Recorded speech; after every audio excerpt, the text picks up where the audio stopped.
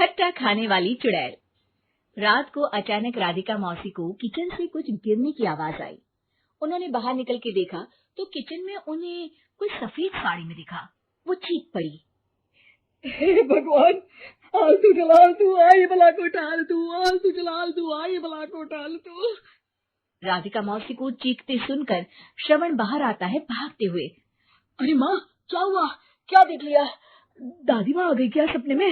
अरे बेटा, रसोड़े में देख तो कौन है? श्रवण रसोड़ी में झांक कर देखता है और उसे कोई नहीं दिखता अंदर। अब रसोड़ी में तो कोई नहीं है माँ। कोई सफेद साड़ी में नहीं है क्या? नहीं माँ, कोई भी नहीं है। चिल्लम चिल्ली की आवाज सुनकर काजल भी वहाँ आ जाती है। अब क्या हो गया माँ जी? अरे बेटा, रसोड़े में एक चुड़ैल थी सफेद साड़ी में। अरे क्या कर रही थी वो अंदर? अरे बताया नहीं, कल आएगी ना तो पूछ लूंगी। चुड़ैल जी, आपका क्या प्लान है? माँ जी, रात बहुत हो गई है, आपने कोई बुरा सपना देखा होगा, चलिए सो जाइए। राधिका मौसी सोने तो चली जाती है पर उनको रात भर नींद ही नहीं आती। वो कुछ भी उलझुल बातें सोचने लगती है। कहीं चुड़ैल की वजह से तो घर में टेंशन नहीं हो रहा, कहीं उसी की वजह से तो वो दादी नहीं बन पा रही। सुबह जब राधिका मौसी रसोड़े में छानबीन करती है तो पाती है कि नींबू का अचार गायब है। चुड़ैल नींबू का अचार ले गई, मुझे तो ठीक नहीं लग रहा कुछ। चुड़ैल को भी पता है कि जिंदगी का असली मजा तो खट्टे में ही है। राधिका मौसी झट से श्रवण को फोन कर देती है। बेटा, मुझे समस्या समझ में आ गई है, हमें एक तांत्रिक की जरूरत है।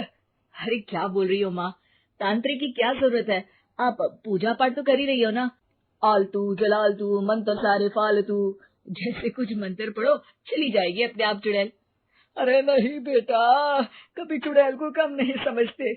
अरे तुझे पता भी नहीं चलेगा कि कभी वो छल करके काजल की जगह घर की बहू खुद बन जाएगी। क्या माँ, कुछ भी बोल रही हो, कहाँ काजल और कहाँ चुड़ैल। वैसे एक बात बताओ, काजल को अगर गाने के लिए बोल देना तो चुड़ैल काजल की आवाज सुनकर घर तो क्या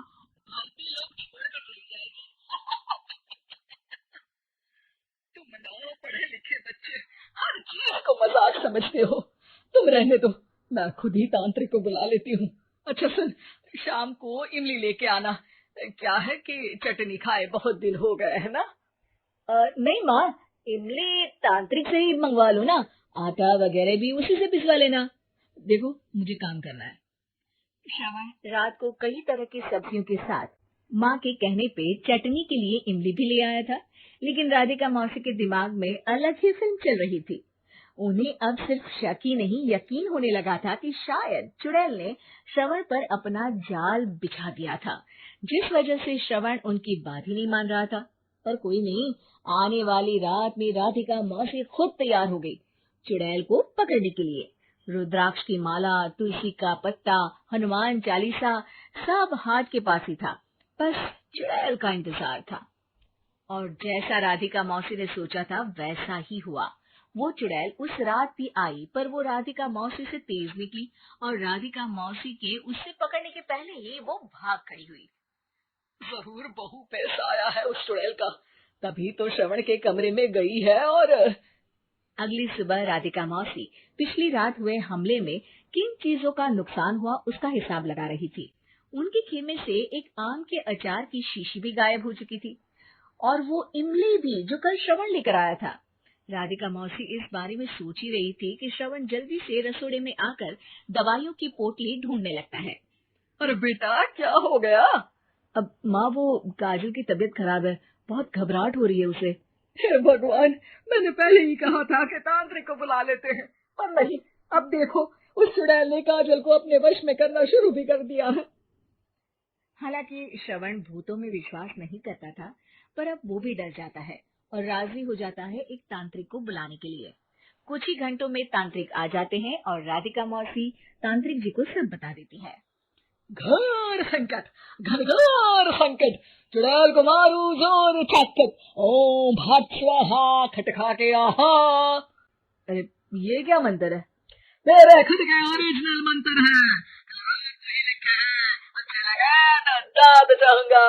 एक और मंत्र सुनो, अर्ज किया है। आब्राकडाब्रा, दिल्ली, बम्बई, आगरा, चंदा मामा सोबरले, सुरन मामू जारा। ये मंत्र है? अरे कोई चालीसा वालीसा पढ़ो ना। वक्त कम है, 40 नहीं पड़ेंगे, 20-25 में काम चलाना पड़ेगा। अलक निरंजन जाके लंदन, मुफ्त का मंजान घिस मेरे नंदन। अरे जल्दी करो तांत्रिक जी, जल्दी करो। तांत्रिक अपने उल झलूल मंत्र पढ़ने लगता है। श्रवण को तांत्रिक पे शक होता है। वो अपने एक डॉक्टर दोस्त को कॉल कर देता है ताकि कोई अनहोनी हो तो इमरजेंसी में चीजें मैनेज हो जाए। तांत्रिक धुनी रमाता है, जिसकी वजह से कमरे में काफी धुआं हो जाता है और जिसकी वजह से बहू की घबराहट बढ़ जाती है। अब भागेगी चुड़ैल। हाँ। बहू खांसते हुए धुएं से बचने के लिए बाहर चली जाती है। अरे भाग रही है, भाग रही है। पीछे पीछे श्रवण भी जाता है। बहू एक सोफे पर बैठ जाती है। तभी डॉक्टर दोस्त आ जाते हैं और श्रवण को पानी लाने के लिए कहते हैं। थोड़े चेकअप के बाद डॉक्टर कहते हैं, मेरे हिसाब से जाप का काम पूरा हो गया है। क्या मतलब? अरे कुछ भी नहीं माँ, कोई चुड़ैल नहीं है, खुशखबरी है, अब दादी बनने वाली है। मगर वो सब अचार के डब्बे। श्रवण दोनों अचार के डब्बे अपनी माँ को दिखाता है, जो कि उनके बिस्तर के नीचे छुपे हुए थे। आपने सही बोला था माँ, वो चुड़ैल काजल ही थी जो खट्टा खा रही थी। हमें कल ही पता चला, पर हमने आपको ये तांत्रिक वाला काम करने दिया ताकि आपको भरोसा हो जाए कि भूत वगैरह कुछ होता ही नहीं। अच्छा अच्छा, ये तो बड़ी खुशी की बात है। पर बेटा मुझे एक झाड़ू तो ला दे। क्यों माँ? ये तांत्रिक का भूत उतारती हूँ मैं। अब तांत्रिक राधा मौसी के डर से घर से भाग निकलता है और राधा मौसी उसके पीछे भागती है। अरे संकट ये घनघोर है, तांत्रिक मुआ चोर है।